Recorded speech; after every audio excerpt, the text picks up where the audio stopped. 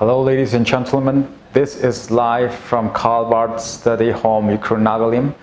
Today we shall discuss on politics in BARTH'S theology. Before we proceed, 2 points to be noted.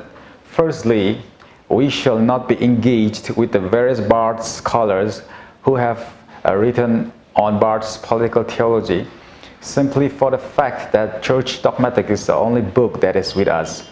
Secondly, in the recent time, there has been a temptation to draw out a powerful criticism on the planet Commander-in-Chief Donald J. Trump 2020 using the analogy of Adolf Hitler. We shall see the strength of this criticism in the light of BARTH'S political theology. In the history of Christian theology, since the great St. Augustine, the Doctor of Grace, no theologian have presented politics in theology so masterfully as done by St. KARL. And this is a strength of his theology, that is to present politics within Christology. For Barth, man, the creature created by God of the Holy Bible, is a rational being and therefore a political being. And this is the reason why Barth developed his politics within Christology and anthropology, giving special and specific emphasis to the history of Israel and the man Jesus Christ, the Son of God, and not within the context of sociology or anthropology in general.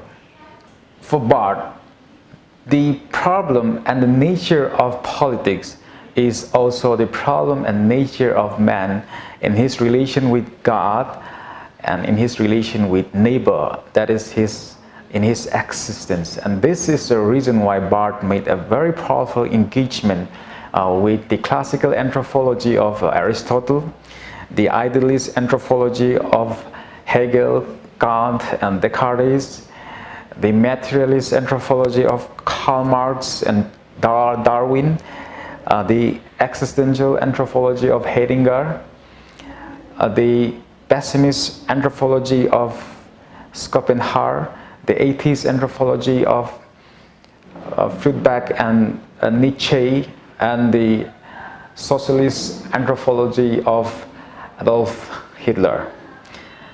Of course, there is a very strong dialectic play between anthropology and sociology, with Christology as the controlling principle, but always in their distinction or in their differentiation.